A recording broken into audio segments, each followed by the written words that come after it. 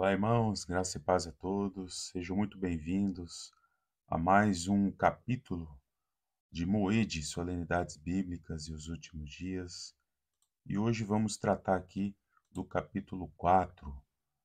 Nós vamos começar a esclarecer aqui com mais detalhes acerca das solenidades do primeiro encontro.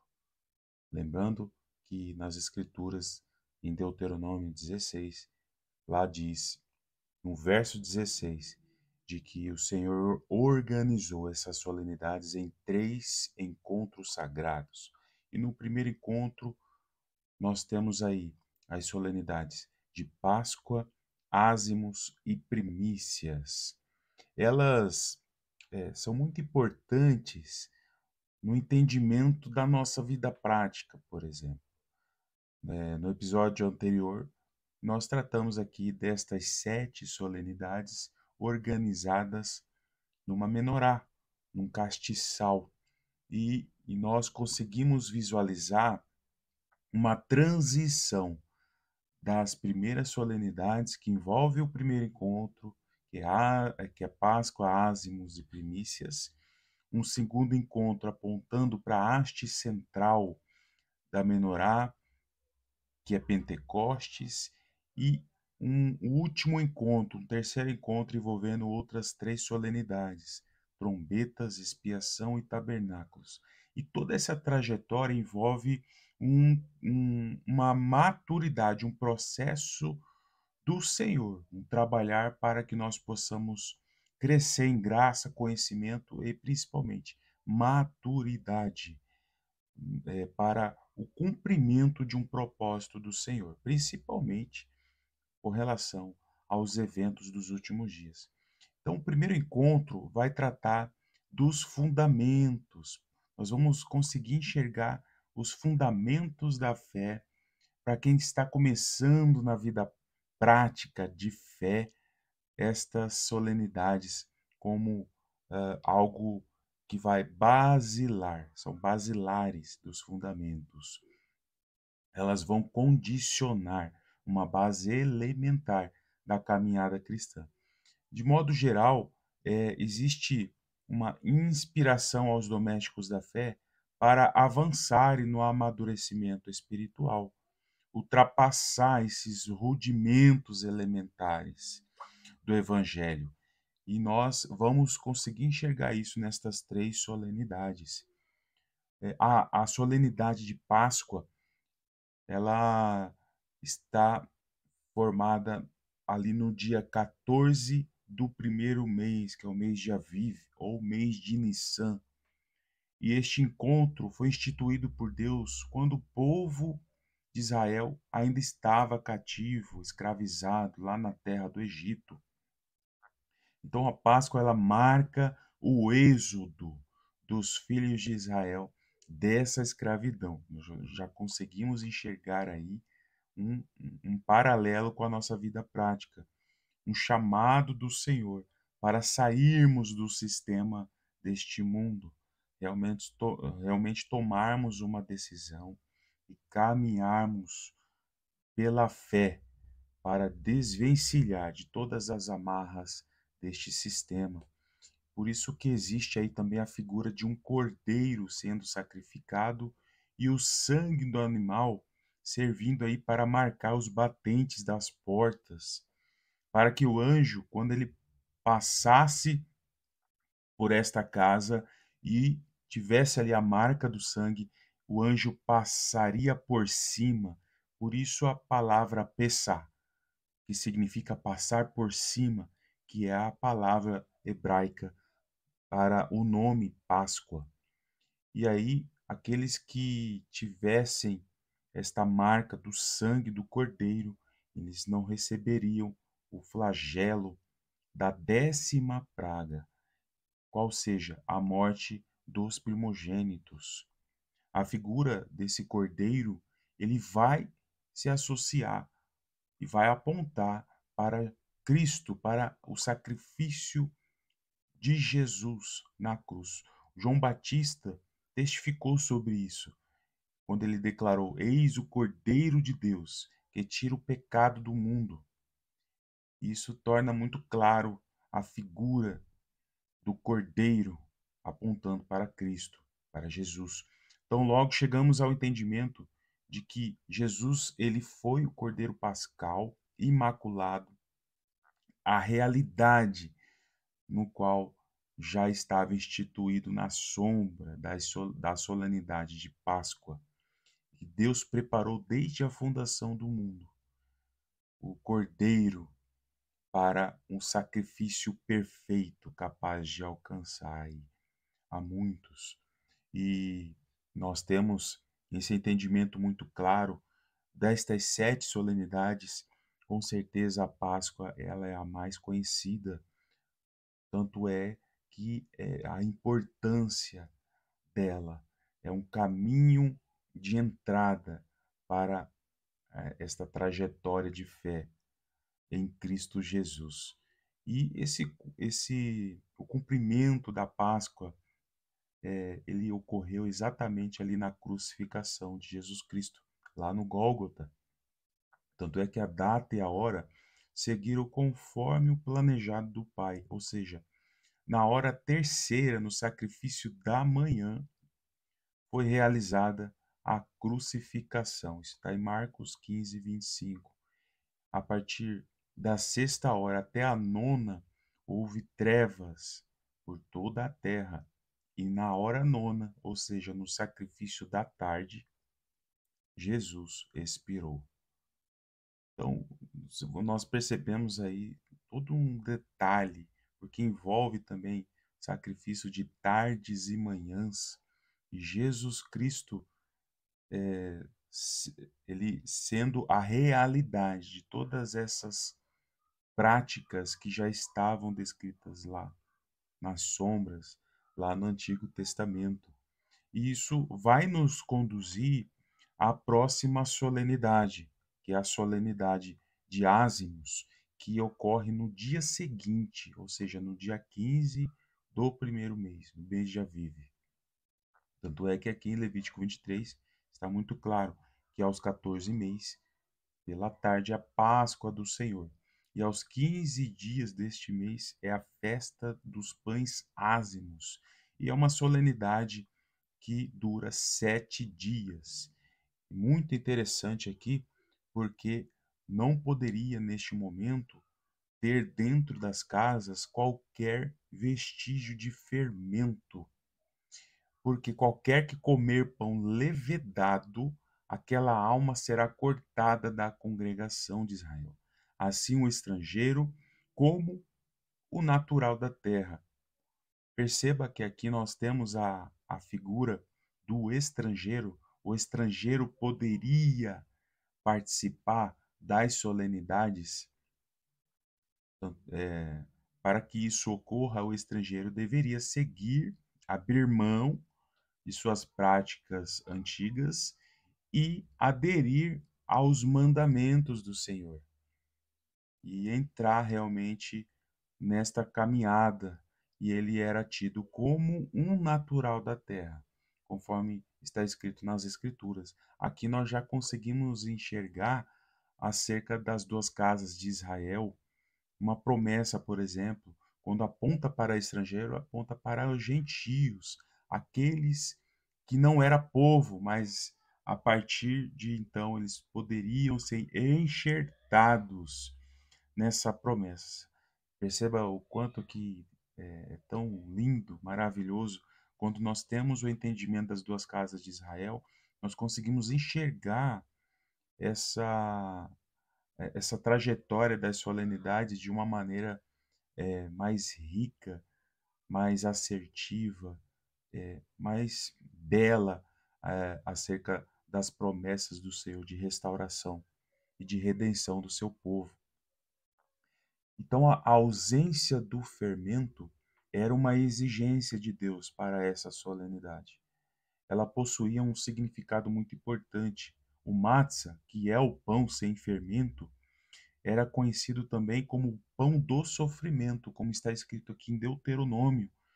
Esse é o pão chamado pão do sofrimento, que vocês deverão comer durante a festa, para que nunca se esqueçam o dia em que saíram do Egito. Existe uma conotação muito interessante do matzah, do pão do sofrimento, na ocasião desta transição, dessa saída do Egito, de aflição, algo que realmente nos faz meditar nas nossas vidas práticas. E de fato, esta caminhada não é uma caminhada fácil. Nós realmente precisamos tomar uma decisão de lançar fora tudo aquilo que venha macular a nossa vida diante do Senhor. Por isso que o fermento, ele tem essa conotação de levedar a massa, de macular a massa. E isso o apóstolo Paulo trouxe para a igreja de Corinto. Ele escreveu dessa maneira: Não sabeis que um pouco de fermento faz levedar toda a massa? Alimpai-vos, pois, do fermento velho, para que sejais uma nova massa, assim como estáis sem fermento. Porque Cristo, nossa Páscoa, foi sacrificado por nós. Por isso, façamos a festa, não com fermento velho, não com pecado, né? Nem com o fermento da maldade, da malícia, que aqui ele deixa muito bem claro o que significa o fermento, né? Relacionado com as obras da carne, mas com os ázimos da sinceridade e da verdade. Aqui a gente consegue ter um vislumbre bem claro acerca deste propósito de ázimos sobre as nossas vidas. Jesus, ele foi o Cordeiro perfeito e ele foi o pão sem fermento, sem mácula, sem pecado, sem defeito, experimentado na obediência e no sofrimento, conforme nós lemos aqui no livro de Hebreus. E embora sendo filho, ele aprendeu a obedecer por meio daquilo que sofreu. E uma vez aperfeiçoado, tornou-se a fonte de eterna salvação para todos os que lhe obedecem. E aqui nós temos uma fala muito importante, que Jesus é a referência, sempre deve ser a referência de um cristão. Todos nós precisamos lançar fora as imperfeições do nosso ser e buscar o aperfeiçoamento através da obediência, conforme Jesus fez. Nós precisamos ser semelhantes a Jesus. E aí nós entramos na terceira solenidade, que é a solenidade de primícias, que ocorre no dia seguinte ao Shabá, ao sábado. Por quê? Porque primícias foi instituída para que fosse cumprida a partir do momento em que o povo de Deus entrasse na terra prometida, na terra de Canaã. Após as primeiras colheitas, os israelitas teriam que apresentar o molho de suas primícias ao sacerdote, que por sua vez teria que mover os molhos perante o Senhor para serem aceitos no dia seguinte ao Shabá. E nós conseguimos enxergar isso na leitura de Levítico 23, a partir do verso 10. Está escrito dessa maneira: Quando houverdes entrado na terra, que vos hei de dar, novamente enfatizando, não basta entrar, tem que entrar, tomar posse da terra. E aí você tendo posse da terra, você realizando a sua semeadura e você realizando a sua colheita, então trareis o molho das primícias da vossa cega. E olha novamente aqui a palavrinha primícias.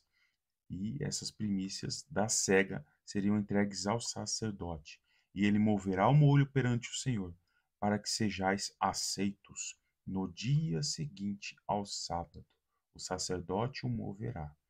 E complementando aqui, com relação à oferta de alimentos, será de 2 dízimas de flor de farinha. Na farinha aqui é de trigo, amassada com azeite, para oferta queimada em cheiro suave ao Senhor. Novamente, nós encontramos aqui um apontamento às duas casas de Israel. Porque quando nós analisamos com mais amplitude, com mais uma visão mais sistêmica acerca dos dízimos, nós vamos perceber que existe uma palavra muito rica, profunda e profética sobre o povo de Deus sendo dízimos para o Senhor. Então, quando fala de duas dízimas, dois dízimos, está tratando aqui do povo de Deus, só que dando um enfoque às duas casas de Israel, porque as duas casas de Israel, unidas no propósito, se formam um no Senhor. Então, aqui fala duas dízimas de flor de farinha de trigo amassada com azeite, e outra palavrinha muito importante, principalmente com o propósito do tempo do fim, onde este azeite está relacionado com o ministério das duas testemunhas, que são duas oliveiras. E quem são as duas oliveiras? Conforme nós lemos lá em Romanos 11, a oliveira brava, gentios, e oliveira cultivada, apontando aí para os judeus. Então nós temos aqui somente nessas pequenas palavras aqui, na sombra, as promessas do Senhor para as duas casas de Israel. E elas cumprindo este propósito, esse ministério, tanto gentios como judeus, é como um ato de adoração. Apresentai os vossos corpos como sacrifício aprazível ao Senhor, como cheiro suave. Então, de fato, nós vamos aí entender, né, com o passar dos nossos estudos, o que o Senhor está falando nas Escrituras relacionadas ao povo dele. Então, muito rico isso, muito valioso, todas essas passagens aí.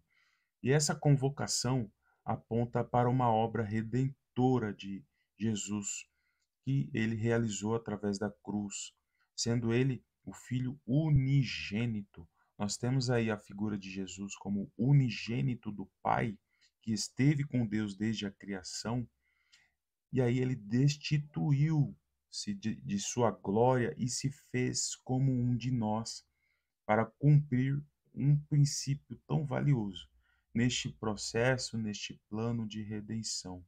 Jesus passou pela morte de cruz, e ressuscitou ao terceiro dia, aqui apontando para o cumprimento na realidade de primícias. Por quê? Porque aqui em 1 Coríntios 15, Paulo vai esclarecer que ele ressuscitou ao terceiro dia, no verso 4, e aí mais adiante ele vai esclarecer que ele se tornou as primícias dos que dormem. Ou seja, ele se torna aí primogênito entre muitos irmãos, conforme nós lemos em Romanos 8:29.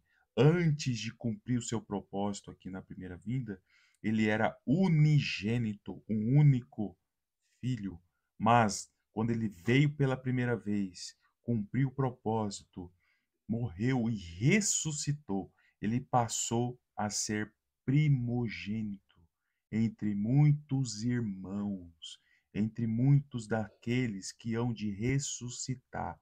Aqueles que morreram em Cristo ressuscitarão, e os que estiverem vivos na ocasião da sua volta serão transformados e juntos estarão com o Senhor na glória. O tanto de riqueza que nós encontramos aqui nas Escrituras relacionadas com estas solenidades bíblicas.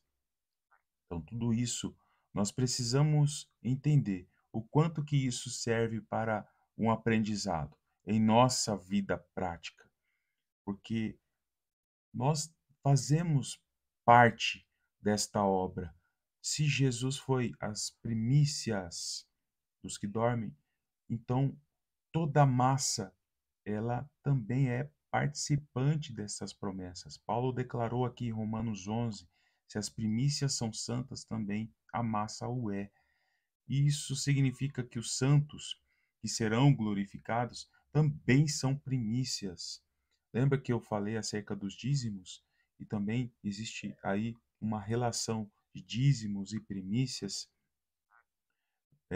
Tanto é que Tiago descreve que, segundo a sua vontade, ele nos gerou pela palavra da verdade para que fôssemos como primícias das suas criaturas. Então, nós que estamos em Jesus, nesta aliança, nova aliança em Cristo Jesus, nós passamos a fazer parte do corpo cuja cabeça é Cristo, é Jesus. Então, Jesus é o cabeça e a igreja é o corpo, e o corpo também ela é santificada. Por isso a missão, o propósito, o chamado do Senhor para aqueles que estão em Cristo se santifiquem. Sede santos porque eu sou santo. Ser semelhante a Jesus. E tudo isso faz muito sentido neste propósito. Então Jesus ressuscitou ao terceiro dia. E de igual forma, perceba que o povo santo, eles caminham por esta mesma trajetória, seguir os passos do mestre, né? Ser semelhante ao primogênito, ao mestre. Nós ressuscitaremos, seremos transformados e glorificados ao terceiro dia. Tanto é que Oséias 6, verso 2 diz assim: depois de 2 dias nos dará a vida, ao terceiro dia nos ressuscitará e viveremos diante dele. Uma promessa para os que são obedientes pela fé em Cristo Jesus, nosso Senhor. Então aqui nós já conseguimos ter muitas palavras, tem muitas outras referências ainda sobre essas solenidades do primeiro encontro, mas eu quis aqui trazer para vocês de uma maneira mais introdutória, de uma maneira mais enxuta, para que vocês entendam o quão valioso é entender as solenidades bíblicas na nossa vida e o quanto que isso ela vai servir de fundamento para o entendimento de um propósito ainda mais sublime para aqueles que caminham nessa maturidade espiritual. Por isso que as solenidades do primeiro encontro, Páscoa, que é matar, sacrificar o nosso eu, o nosso velho homem e buscarmos lançar fora a nossa vida antiga de práticas que não estão de acordo com a palavra de Deus, tudo isso faz parte da nossa caminhada de fé inicial, são os fundamentos. Por isso que Páscoa é sacrificar o velho homem, pães ázimos, é nos purificar, nos limpar, lançar fora o fermento, o pecado, e primícias é sermos de fato aí participantes, entrar no corpo, ser como ele é, né, semelhante a Jesus. Então, tudo isso faz muito sentido, e quando nós olhamos para uma trajetória de obediência, de persistência, nesta caminhada nós vamos entender o porquê que existe uma lacuna de 50 dias até chegar em Pentecostes. Aí, convido vocês a continuarem neste estudo e no próximo capítulo nós vamos tratar acerca de Shavuot, é a solenidade da festa das semanas Pentecostes. Amém? Deus abençoe a todos.